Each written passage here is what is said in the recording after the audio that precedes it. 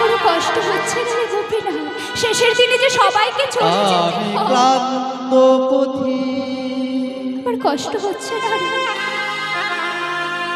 ও বাবা, পড়ে একা তুমি আমায় ছেড়ে চলে যেও না। ক্লান্ত পথি তুমি ছেড়ে গেলে আমি কাকে পাবো? পড়ে একা গোপীনাথ, জাগি বিগ্রহ গোপীনাথ, তোদের কথা একটু শুনিস গোপীনাথ।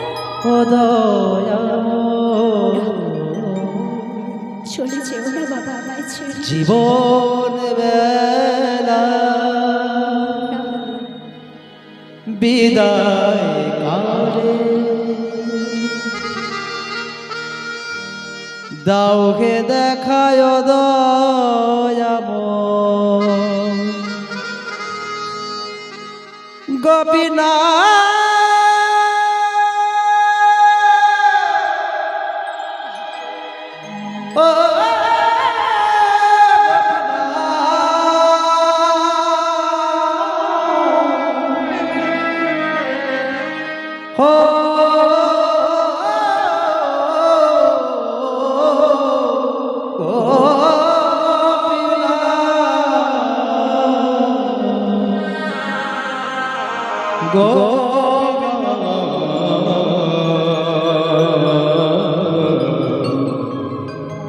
ও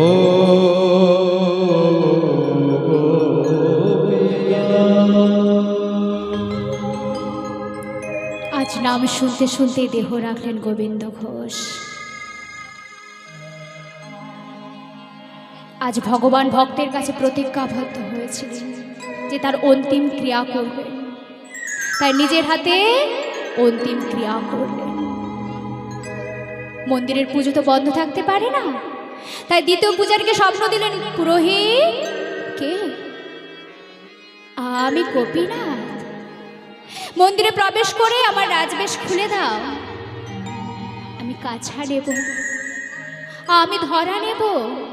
আর শোনো পূজারি, 1 মাস আমার অসুস্থ থাকবে, তুমি ওই 1 মাস আমাকে হব্বিষ্যি রন্ধন করে দেবে, আমি হব্বিষ্যি সেবা নেব।